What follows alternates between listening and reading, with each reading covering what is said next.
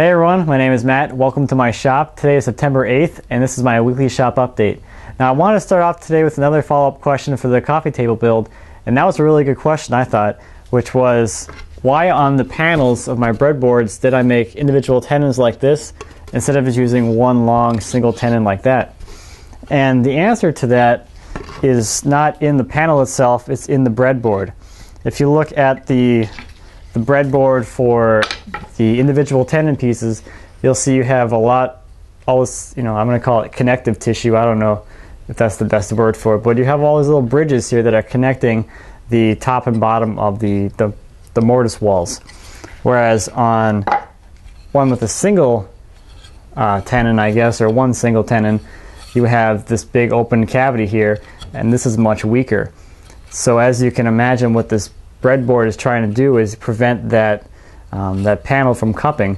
So if the panel decides to cup, there's going to be an immense amount of pressure out here on the ends where there really isn't any support, because you and I can just kind of squeeze this and it does move.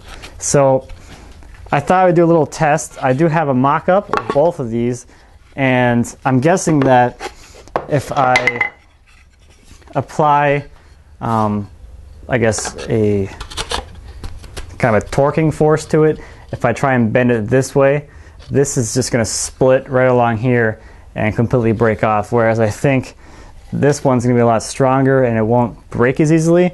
So let me get this set up and we'll do a little joint strength test. So I'm going to start with the single tenon here. I'm going to clamp that down to the bench. I'm going to overhang the bench a little bit so the full joint is exposed. So I'll just put my tenon in here, and then I'm just going to apply some pressure downward. And I'm going to try and hold both these pieces in the same place as I do this test. And that didn't really, that was a lot weaker than I thought it was going to be. I was really expecting that to just take a little bit of pressure, but it took none whatsoever. You can see it totally just split right along there. It's all split. So it did what I thought it was going to do. It just split right along where the bottom of the mortise ended, basically.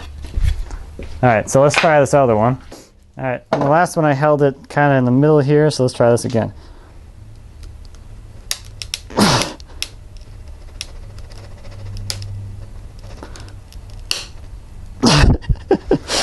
Okay, I don't really want to get off the ground.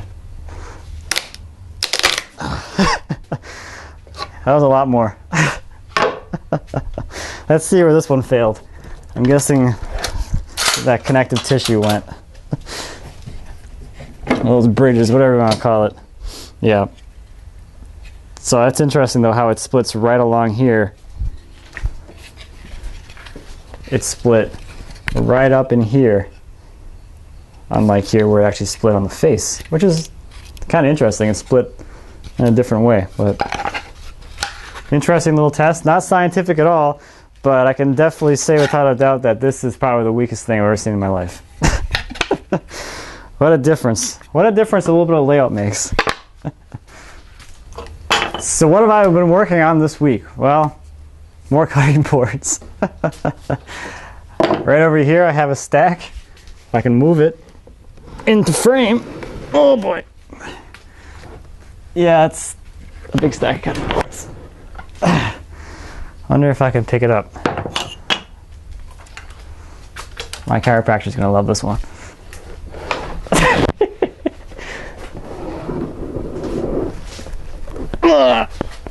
There we go. I got a little stack of cutting boards here. Some of them, or most of them.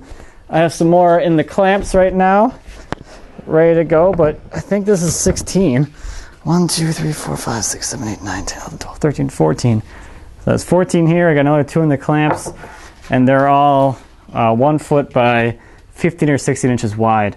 So this run has been, they're bigger than I've done in the past.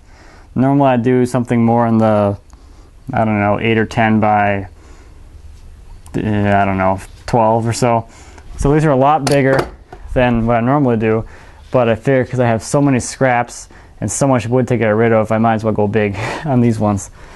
Normally with these, I flatten them with my drum sander.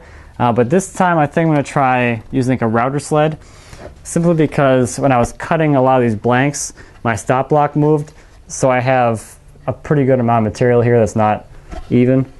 So I think I might try that. Maybe it'll be quicker, I'm not really sure, but be a cool way to try something different, I guess. So yeah, I still have a few more cutting board blanks that I have to cut up and basically finish assembling into this form. I have some more that I already cut up on the bench that I need to go through the clamps and get glued up still. But I'm really winding down here at the amount of material I have left to get rid of, which is awesome. I'm really loving that. I love it a lot. It's been great. The other thing that I really like about doing this is it's making me like just yearn to get back into some more of the actual like woodworking type stuff where it's actually cutting joinery and things. So paired with that, since I'm going to Woodworking in America, I'm leaving this Thursday, I think that's going to kind of motivate me to get back out in here and really get working on some more projects. And obviously the biggest thing that I really want to finish up as soon as possible is my secretary desk.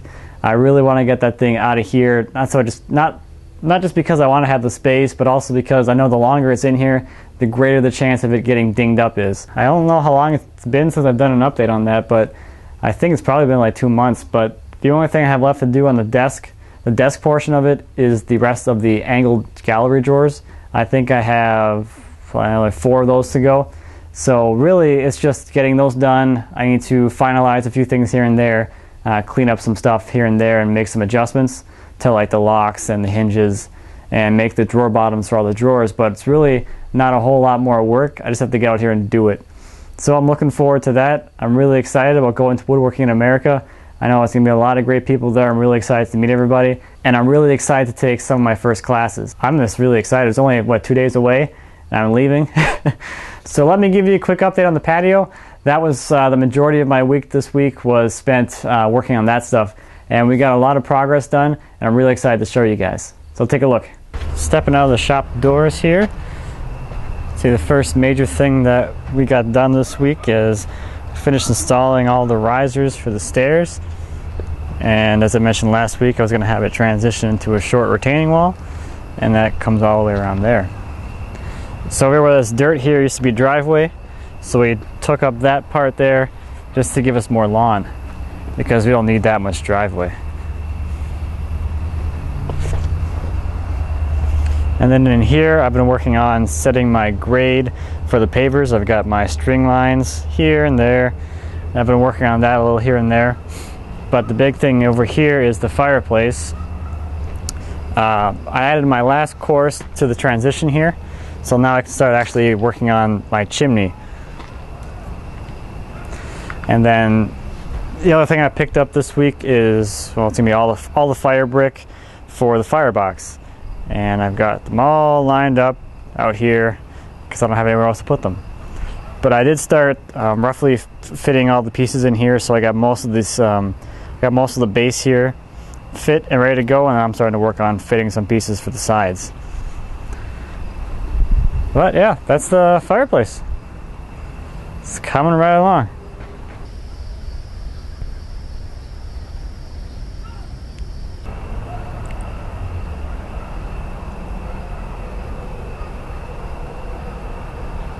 So that's all for me for this week. Thanks as always for watching. If you have any questions or comments about anything I talked about this week or anything here in my shop, please leave me a comment. I always appreciate those. I'd be happy to answer any questions you might have.